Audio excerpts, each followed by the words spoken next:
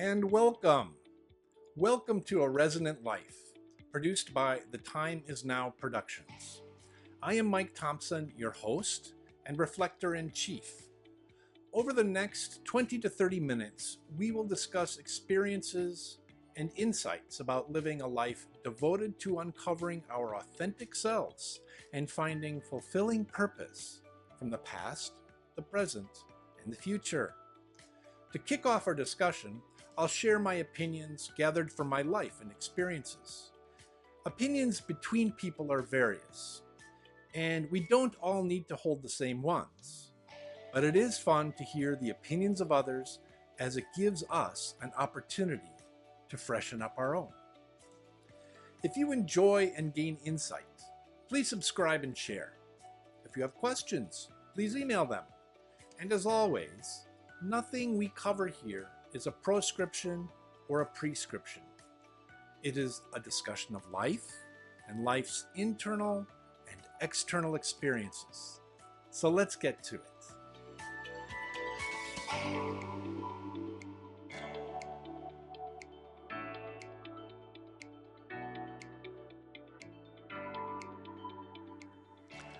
Hello, hi, welcome back.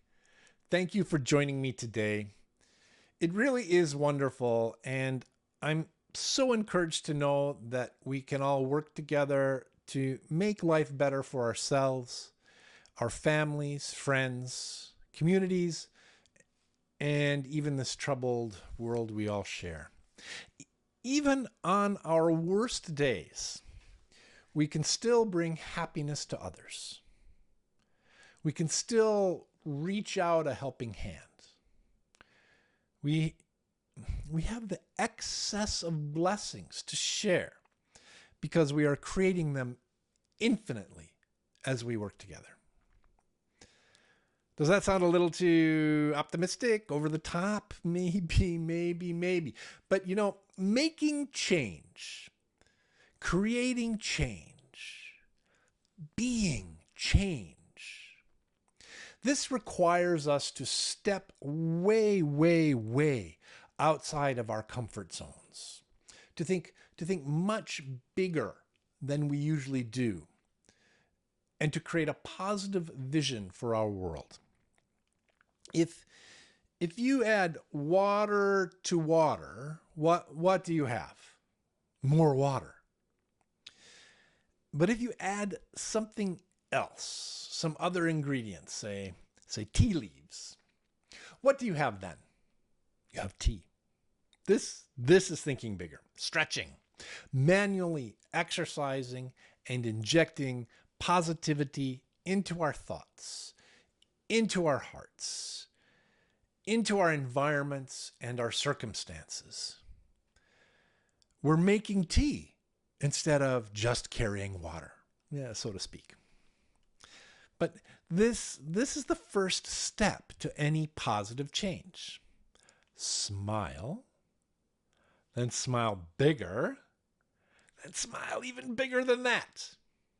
And no, it isn't easy. It is not easy to do. It isn't easy to start doing, and it certainly isn't easy to sustain. Especially when it seems that everything is lined up against us to prevent us from giving birth to that smile, to keeping a positive outlook and disposition. I've shared some of my own recent struggles with this. Illness, accidents, emergencies, disruption, needs, depression, loneliness, the list of confounding events, the list of things in our lives that can keep us from being positive. This list is endless. It is so easy to stay in a mind of negativity, that negative feedback loop. Nonetheless, we can still choose to smile. We can choose to help, to be optimistic, to reach out and help others. we can choose this path. That is the way out and up. All of the difficulties we experience in our lives are usually also they're unpredictable and outside of our control. Just like standing in a rushing river, the water comes and there's nothing we can do to stop it. Basically, we're just often focused on not being swept away, just kind of holding the position, not getting swept away in the current. And often we get swept away anyhow. But smiling, helping, positivity, altruism. These are the things we can control. Our attitude, our posture, our mindset. Smiling. Just smiling. This is the one thing we can actually control, isn't it? We can smile anywhere, anytime, in any circumstance. And this is in our power. This is the thing that is in our control. Do you remember last episode? We talked about the 4 immeasurable states of mind, or the 4 immeasurables. Those were compassion, loving kindness, sympathetic joy, and equanimity. Looking back at that discussion and kind of putting it into this discussion, I think we can say that the first 3 of the 4 immeasurables, compassion, loving kindness, and sympathetic joy, while these are certainly states of mind to cultivate and sustain, really they're also tactics, or they can be tactics, even mind hacks in a way. We can pretty much activate them, engage them when we want, if they aren't arising of their own accord. And if we use them this way, consciously expressing each of them in any and all situations, then what happens is we are then allowing equanimity to arise in our hearts and minds. Equanimity becomes, even if just for a moment here and there, it becomes the basis, the foundation, the ground from which we can act. And equanimity is what? Equanimity is accepting everything as it is, everyone as they are, here, now. Just as we accept the air we breathe in, we accept the circumstances, situations, and people in our lives as they are. Not as we want it all to be, not as we wish it all was, but just as it is, here and now, just as we breathe. And doing this is a struggle because it is contrary to our instinctual impulses and contrary to a lot of the cultural messages that we're bombarded with by entertainment, our workplaces, and sometimes even our communities and families. Equanimity goes against the instinctual grain. Remember, evolutionary biology, evolutionary psychology, they tell us how, as organisms, our DNA's main purpose, as it exists in us, is to plant itself more DNA in future generations, to survive, multiply, and thrive at all costs. Often at the expense of, or without regard for, the happiness, lives, and well-being of others. That is the biological imperative. And it is that which we are using our intelligence and intelligent minds to overcome, to restrain, to tame. Our mind hacks are our tools. More importantly, we are using something that evolutionary biology and science cannot explain. Our hearts. We are using our hearts to turn our lives from self-centered to other-centered, to be altruistically motivated. Before we explore our hearts more, let's quickly lay down another Buddhist principle that I think will help. Buddha nature.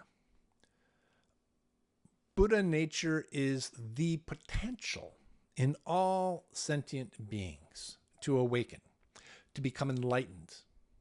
Basically, to achieve the same state of mind as the historical Buddha, Shakyamuni. And if that is too kind of crystal gazy to grab onto and hold, then work with me and just try to accept Buddha nature as a mystery in life, which, when tapped, is the spark which gives us the ability, the capacity to begin a dance with wisdom and compassion, leading to a state of mind free from attachment and aversion, leading to equanimity. And Buddhism teaches that all sentient beings, all living beings, share this one thing. They're all striving to survive, to multiply, and to thrive. This includes the one-celled to the infinitely complex. All have Buddha nature as well. But maybe that's a little overwhelming. When considered that way, I think it's too much, right? So let's just zoom into us, to our lives and situations. How can we, in our daily lives, do this dance of wisdom and compassion?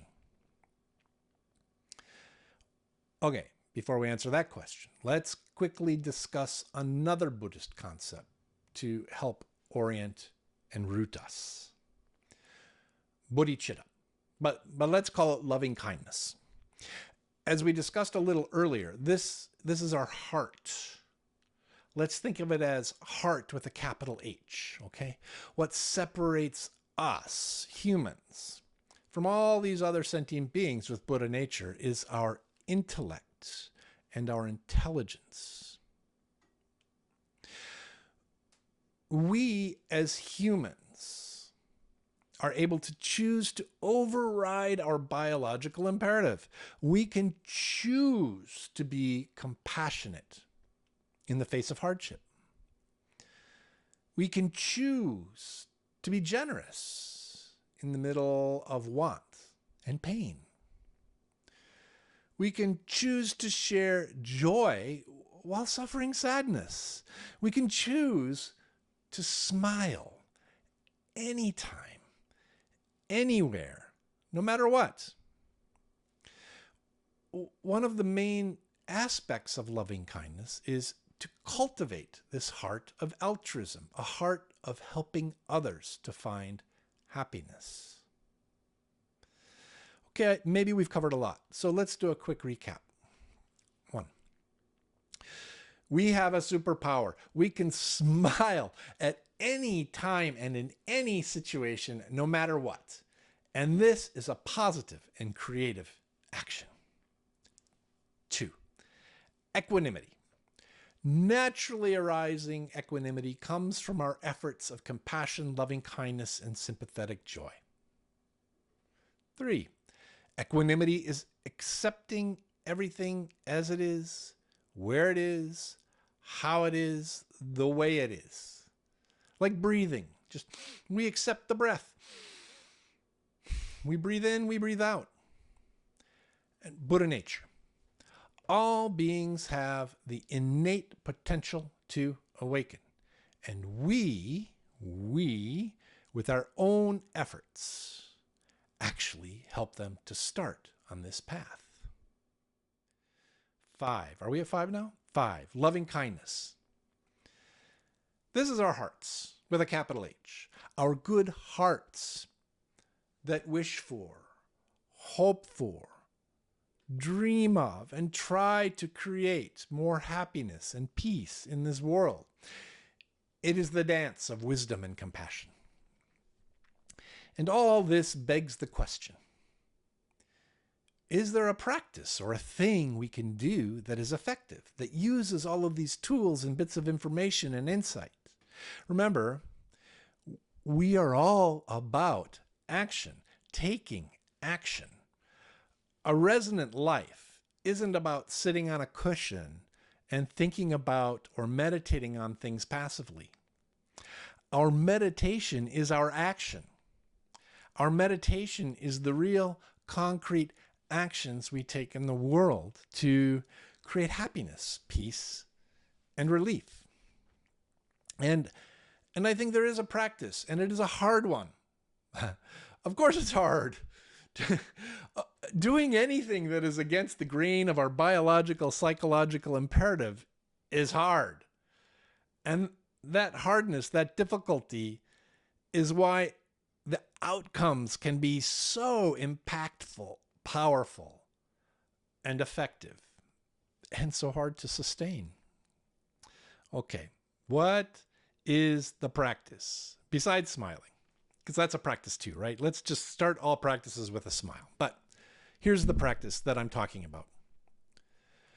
The practice is listening. Really listening. Listening not with the ears, not the mind, not the problem-solving, band-aid applying there, poor thing mind, but with the heart. Generally speaking, people don't listen to each other. Maybe a better way to say it is people don't hear each other because they're not really listening. The list of things we're doing when someone is talking to us and wanting to be heard, the list of other things we're actually doing is long. We're trying to problem solve and fix. We're looking for weaknesses. We're gathering intel and information. We're not listening because we're distracted. We're comparing them to us, their situation to our situation. We're judging. We're feeling irritated or jealous or bored or used or, yeah, the list just goes on and on and on, right?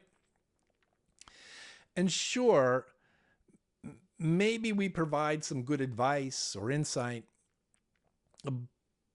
but in a sense, that is a transaction. And listening with the heart is not transactional. Listening with the heart is using all four of the four immeasurable states of mind. Listening with the heart is breathing deeply, slowly, and letting the words from the other person sink into us in a place where we can feel the feelings, empathetically feel what the other person is feeling. Listening with the heart does not need words or answers or solutions or comebacks. Really, the only sounds we should make when we're listening with the heart is the sound of our breathing. And maybe or or huh, or some other, any audible cue that you are indeed hearing and feeling. This is listening with the intent to help and spark happiness, or at least the potential for happiness, where maybe there is none. It is listening with our own hearts wide open, boundless, without investment in a particular outcome other than one, the happiness of the person to whom we're listening. And it can be so frustrating. So often it seems obvious, right? When we're listening to somebody, it seems obvious what they should do. It's just so clear. But truly, we need to keep those kinds of thoughts, our thoughts and opinions and solutions and ideas, our generations of our mind. We need to keep those to ourselves. And this is so difficult to do. And if you fall out of that sense of breathing into being present openly without judgment or expectation, out of that feeling of or that space of equanimity, that's when you'll start to feel frustrated and impatient and restless. And you'll see what they should do. Right? No problem. You're human. I'm human. We're doing something really hard. So let those feelings of frustration, impatience, and restlessness, let them be a spiritual cue to go, I'm not listening now. So that spiritual cue, then I can refocus again on breathing in air, breathing in the meaning and feeling the other person is sharing, and listening without judgment or expectation. To take this up another level, you can even imagine you're breathing in the other person's sorrow or pain or difficulty. Whatever it is they're sharing, breathe it in. And then believe that you're purifying it, transmuting it to happiness. And as you breathe it out, you're sending them that essence of happiness. And there's magic in this. There is magic in listening with the heart, with loving kindness. And it is this. As you listen, intellect and problem solving suspended, as you listen to the other with your heart, you'll feel something in your chest. You'll feel the simultaneous arising of joy and gratitude. The joy comes from the reality, the understanding that you can help someone unconditionally, that you can rise above and beyond your own problems and challenges to simply be wholly present for another. And gratitude to the other person, the one who is troubled, gratitude for the opportunity they have given you to use this superpower and to feel joy arise. And then your joy will extend to them, and they will feel it too. Your listening with the heart in equanimity is a virtuous circle. Magic. Okay, right, none of this is intuitive. None of it on the surface makes any sense at all. But the example that comes to mind is this. Usually, we all spend our lives trying to put the universe in a jar, trying to put the cosmos, the infinite, into a jar and then screw the lid tight. It is a genetic drive to control and make predictable our lives, our environments, our worlds. We want project plans. And when others have problems, we want to show them how to put the cosmos in a jar to fix their problem. We want to get them onto the project plan. But of course, the cosmos doesn't fit in a jar, does it? And what we should be doing instead is dissolving ourselves into the infinite, allowing the cosmos to carry us away. The exact opposite of trying to stuff this infinite into the jar. We should dissolve into the infinite, expanding. I hesitate to say it's a bit like, do you know the trust fall? Where you fall into the arms of others with your eyes closed and your arms across your chest. But you know what? It's kind of like a trust fall. Our conscious, literal minds, we shrink in terror at the idea of dissolving into the infinite. All will be lost. Our identities, ourselves destroyed. But actually, the opposite happens. our true selves are allowed to emerge. What is your true self? What is my true self? What is our true selves?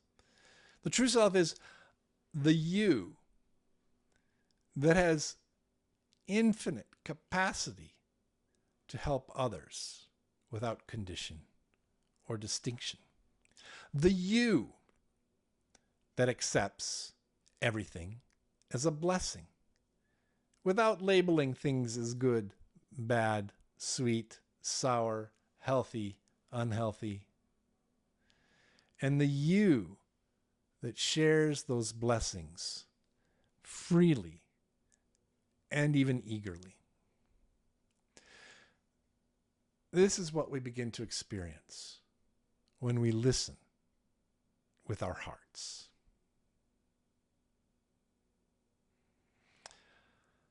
On one level, Buddhism can appear to be overwhelmingly complicated and dense and hard to approach. There's a lot of Sanskrit words, right? But the power and wisdom of Buddhism is unlocked when we engage with the intent to be of benefit and help. No complication there, right? When we engage with the intent to be of benefit and help, the power and wisdom of Buddhism is unlocked. To be an engine of happiness for others and take concrete actions in our lives that are altruistic. Intent and action from that intent is the secret sauce that the Buddha taught. That simple. In this modern world we live in, Shinnyo Buddhism, founded by Kyoshu Shinjo and his wife Shoju Shinen in 1936, and presently led by Keishu Shinso, teaches a wonderful path of practice for using our daily lives and relationships to bring about a peaceful world, while at the same time elevating our own spiritual capacities, taking the mundane and unwrapping it to find the power of Buddhism, the power of wisdom, the steps of the dance of wisdom and compassion. I hope our discussions here at A Resonant Life are helping you to clearly set your intent on altruism and finding ways to act in your daily lives and with those around you to act as an agent of happiness, a person others rely upon. We can. We will. We are creating a better world. How do I know? Why do I have such confidence? Because I can smile. Thank you for today, and see you next time.